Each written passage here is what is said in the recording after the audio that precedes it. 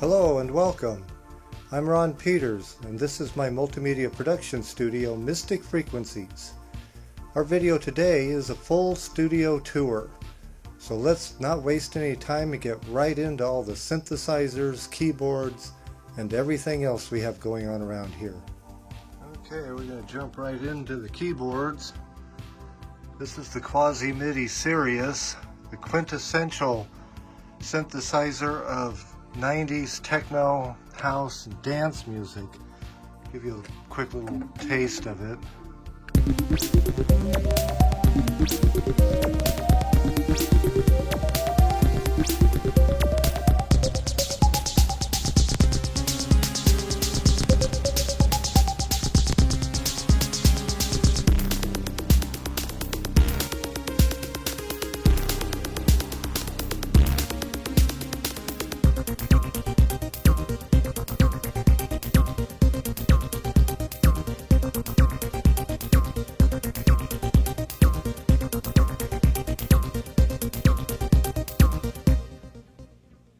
Pretty amazing keyboard. Down here is the Marauder Nova. Only 500 of these were made, and they all featured Giorgio Moroder's, what do you call that, caricature? They even put it on the sides, which is interestingly fun. Collectors, 500 made. All the sounds in it are the classic, famous Giorgio Moroder sounds. And here's the monopoly, which is 4 oscillators, obviously well known.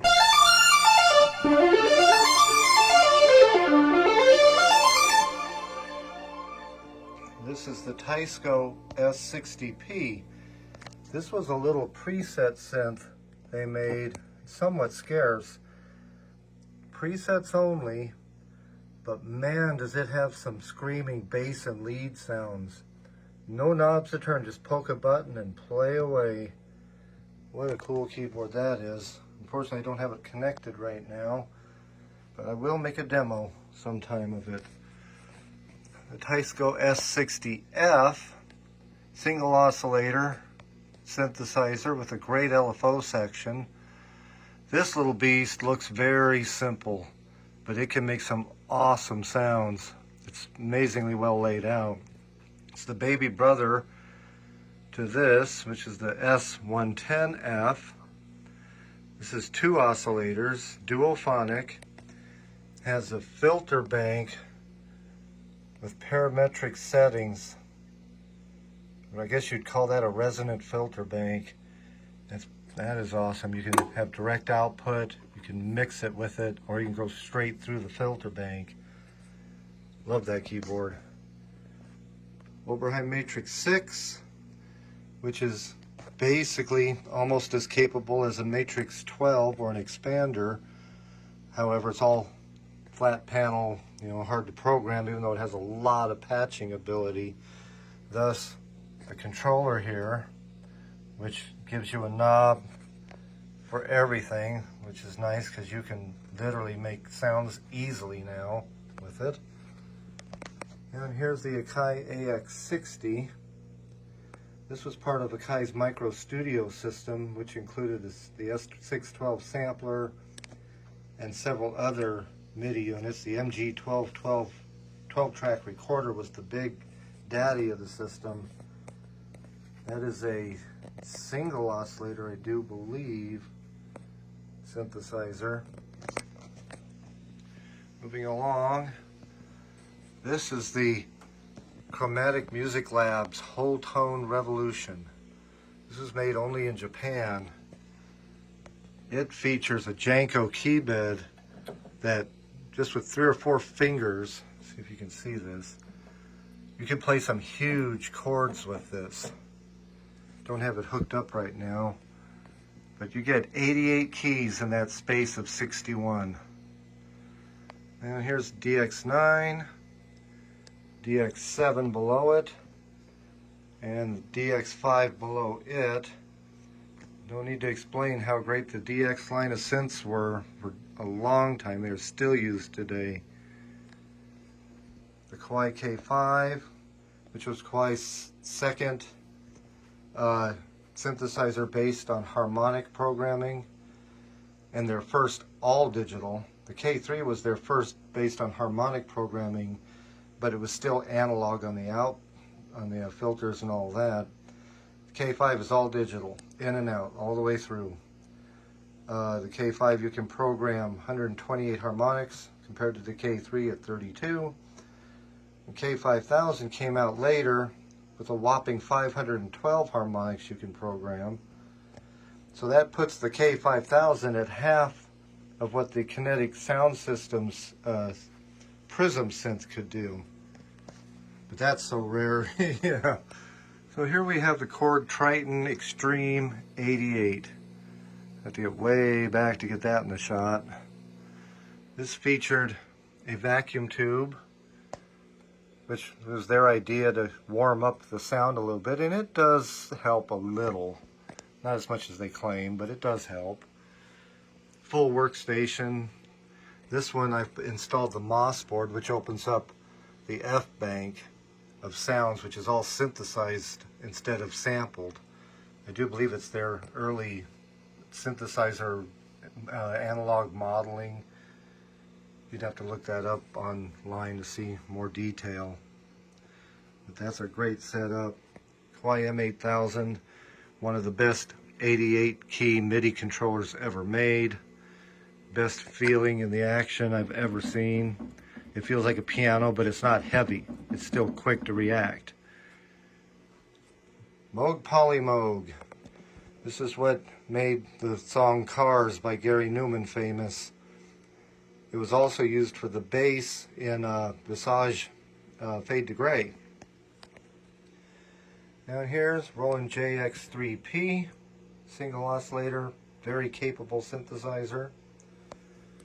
Then we have the first rack of stuff. This up here, MIDI junction controller Yamaha used to make, which is basically a fancy switcher in the Korg version, and some Akai MIDI boxes. And these are cool in that the 35T, you can input an audio signal and it'll output MIDI, but not like pitch to MIDI, it'll output MIDI note data. So you could be playing drums, and every time you hit the drum it plays a note on a keyboard, and so on. The 20A is an arpeggiator. The ME15F is MIDI dynamics. Essentially that is just volume, MIDI volume. It's not audio volume. All these 10Ds are MIDI delays. They don't delay the audio, they delay the MIDI note. So if you play a note into it, you can adjust how long it takes for the note to come back out of it. The reason I have so many is that you can connect them to different keyboards, and then you play a riff on your master keyboard and it will echo through all the other keyboards, which can make for some interesting effects live. These, of course, I think there's 640 channels of MIDI here. If I ever want to do a full MIDI, DAW recording where you're not actually recording the audio with the DAW, and other uses, of course. EMU percussion, Proteus 1, 2, and 3. They're all expanded memory versions, the XRs. Kawai K4R. Expressionist box is an 8-in, it's an 8x8 CV to MIDI and back converter, which is great for hooking old keyboards to new. Kawai K1R, several D110s, and the K3M module version of the Kawai K3. Up here, the Kitten by Octave. That's a single oscillator monosynth. Over here is the big brother to it, the Cat, and these were recently featured in an episode of Synth Wizards, which you can find on YouTube. This is a Waldorf KB37 with a Behringer D in it, essentially making this a complete Behringer, or a complete Moog Model D clone without any Moog involvement, except of course Moog designed the original Model D. And did the same thing here with the Behringer Neutron, which makes this a really fun little monosynth. The Neutron's an amazing little module. And down here, of course, is the big mama, the Yamaha CS80, all 225 pounds of it. That's a great keyboard for everything.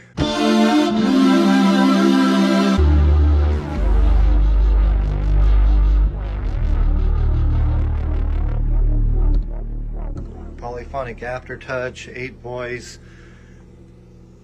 You know, it's just a legend. This here, a lot of people ask me about this. That's a cat stick. That's essentially a controller that controls both the kitten and the cat. And down here, CS30L. This was Yamaha's top of the line flagship monosynth of the day. That's an amazing unit. 3 oscillators, just routing and patching capability, literally through knob turning and switches that can almost rival modular. You can really do some stuff with that. And then, of course, on the other end of the scale is Yamaha's bottom of the line monosynth, but don't let that fool you. This little CS01 can really pump out some amazing sound. It looks like a toy, but it sure don't sound like it. And here's our audio rack. 64 channel Dante digital audio down here as needed. Of course, some scopes for waveforms and so on. Spectrum analyzer. 48 input line mixer. Effects units. The Antares Tascam mic unit. A must-have if you use a microphone for anything. And the legendary Lexicon PCM 80 reverb and effects unit. That's old, but it just rivals everything today. That's a great reverb.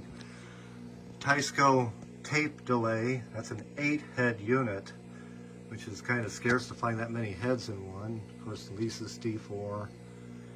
And back to the synthesizers. This is a Teisco branded SX210. Teisco and Kauai are one and the same. And then the Teisco branded SX240. This one recently we acquired from Tom Holkenborg, also known as Junkie XL on YouTube. Bit 99, which is a Krumar keyboard similar to the SX240 and the Akai AX80s in sound. Bit 99 is a bit more programmable than the SX240. It sounds awesome if you're willing to program it, because it's kind of like the Matrix 6 Oberheim, where you have to enter buttons, enter numbers. So the solution to that is the Bit 99 controller. It solves that, easy to program. We have, of course, an SX240 controller for that. Then we have the rare white version of the Bit 99. Now here's the Behringer Monopoly, which was surprisingly well made. I was really impressed with the build quality of this. It's all metal. It has some good weight to it. It stays put. It sounds good. They've really upped their game over there, Behringer. That's a good keyboard right there. Novation Peak, still to this day, been out for a few years. Still made, still extremely desirable. Awesome keyboards. Well, that's a desktop version, but that's an awesome synth right there. Our original Yamaha RX-5, purchased new in 1985 when they came out.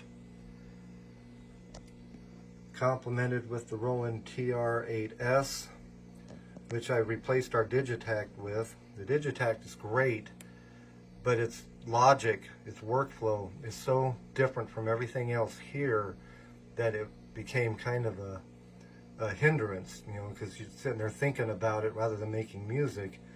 This was well suited for us here. Very much live control over it too. And of course, what studio was complete without a Lindrum? Quintessential 80s.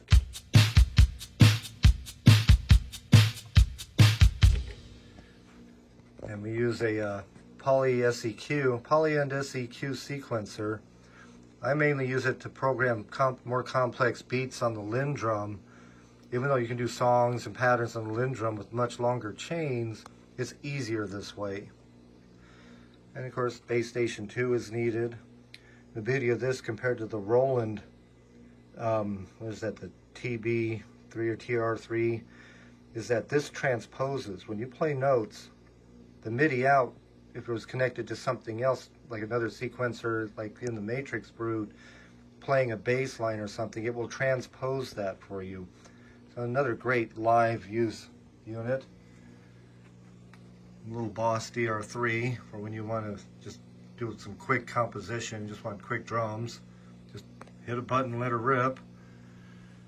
Matrix Brute, which is really cool. This was such a good keyboard. It really surprised me when I got it, and it became the master keyboard that drives everything else in here.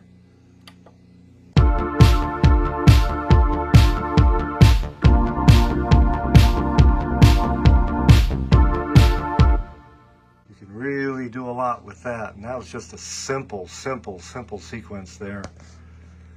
Poly Brute, another amazing polyphonic keyboard from Arturia.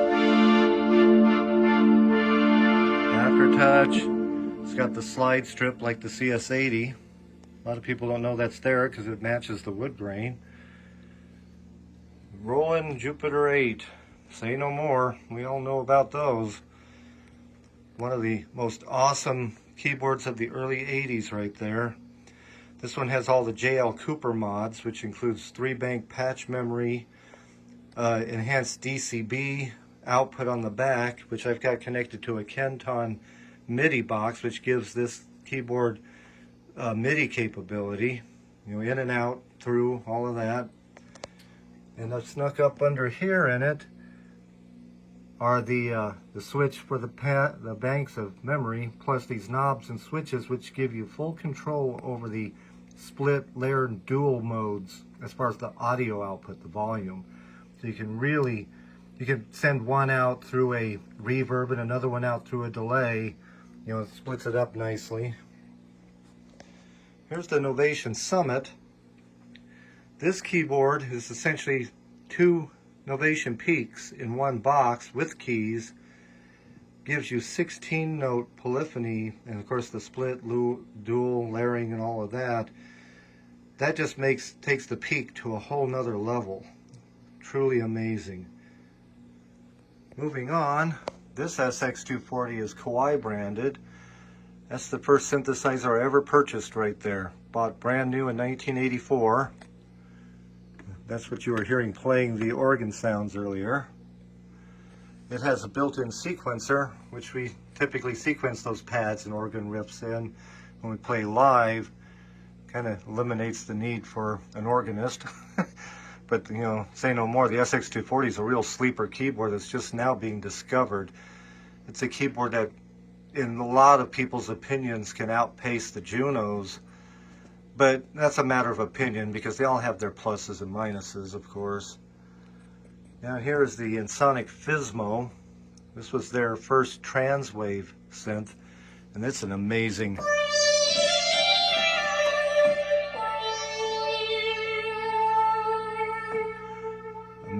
sound comes out of that.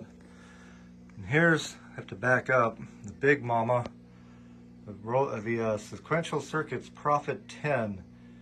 That's basically 2 Prophet 5s in one box with all the usual split, dual, layering, the addition of the sequencer here, the sequential poly sequencer, and the usual array of familiarity with the knobs. However, it's doubled up, you know, for your dual manuals. And that's another awesome thing. It may be big, but those dual manuals are incredibly handy when you're playing.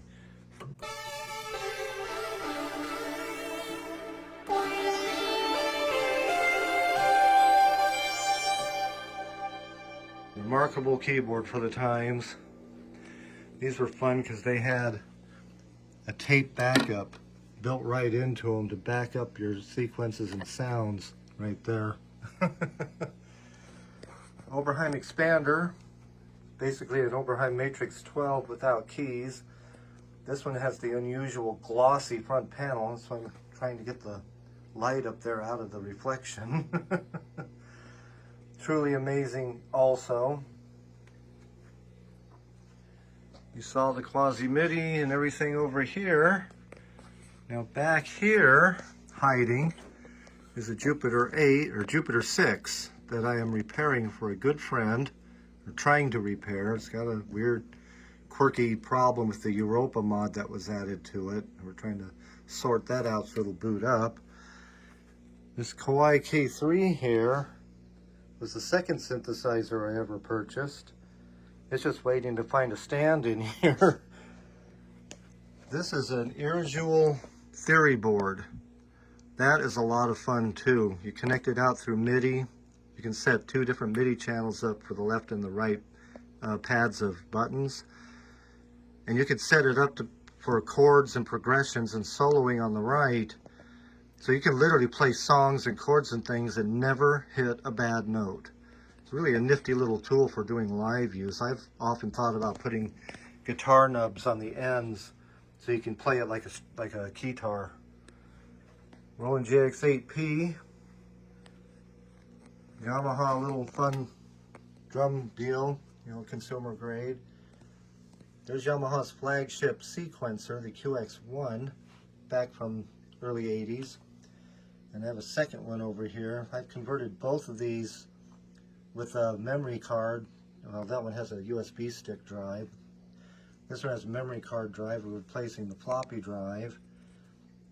And that one also has an OLED screen, so that's very usable when you want to record songs that have a lot of changes, like a symphony orchestra song. You can play that until it runs out of memory and not have to worry about step sequencing or repeating. Revox A77 half-track master open reel deck. That one runs at 15 inches per second. Casio VL tones, gotta have them. Korg CX3 organ, which has some amazing organ sounds and a Leslie effect that is spot on, right down to its simulation of the Leslie speeding up and slowing down. This little rolling box here, a lot of people aren't familiar with. That's their old DCB box. Remember earlier I mentioned that the Jupiter 8 I have hooked up to a Kenton box that gives it MIDI from the DCB port. Well, this was Roland's original way of doing just that. You connect your DCB to it and the keyboard, and then your MIDI channel switches are right back here. It was a bit simpler than the Kenton that this I think only just gave you notes. I don't think it did much more. And this whole area here that I'm standing in is kind of the slush area where we would set up a guitar or drum set or whatever is needed. Acoustic piano back there and other things. And then, of course, the computer here, which does all the production, recording, and all of that. No need to explain there. We're all familiar with that. It's a Mac Pro, dual Westmere processors, 12 cores, 128 gigs of RAM, and 64 channels of Dante currently, with capability of doing 128. Oh, there you have it for the main keyboard room here.